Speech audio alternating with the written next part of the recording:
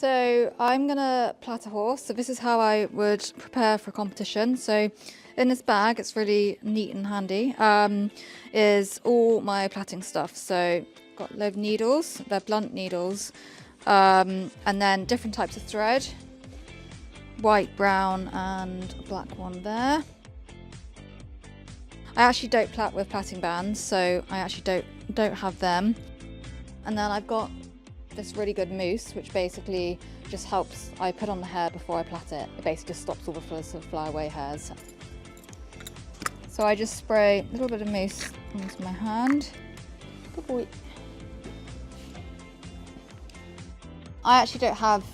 We don't have bridle paths on our horses, so you just have to make a bit of a, just check that you've got all the sort of forelock hair out the way first. And just get enough of the mousse on. I don't sort of count how many plaits I do, I just do how many I feel is necessary. But I grab probably about that amount of chunk of hair. It depends on the thickness of the mane. So the first turn I do relatively tight and just make sure that the whole way down you keep the same sort of tension. The tighter the plait is, the better it's going to be when it's rolled up. You go to as far as the end as you can, and then I've got my thread here. So I don't use a plaiting band, I actually just thread it at the bottom. So all the way to the end and then go back through again, and that basically forms your knot.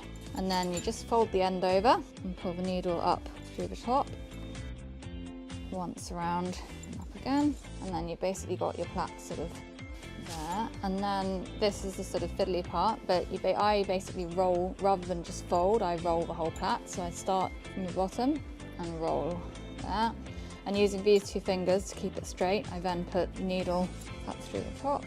And the key of this part is that don't pull it tight until you've got basically the plait in the right sort of position. So you won't have it dead straight to begin with. So you just need to make sure that once you've got this side threaded, you can then go round the other side. And then once you've got it in your position that you want it, so nice and straight, you can then start to pull the thread really tight. I plait my horses the night before a competition, so they have to last overnight, and then they go in the field as well. So they have to be in fairly tightly. If they're not tight enough, they'll just fall out. And then to end your plait, I just pull the needle down center and then pull it tight, and then you get your scissors. I don't do a knot at the bottom because obviously you have the tension with the threads, so I then just cut the bottom.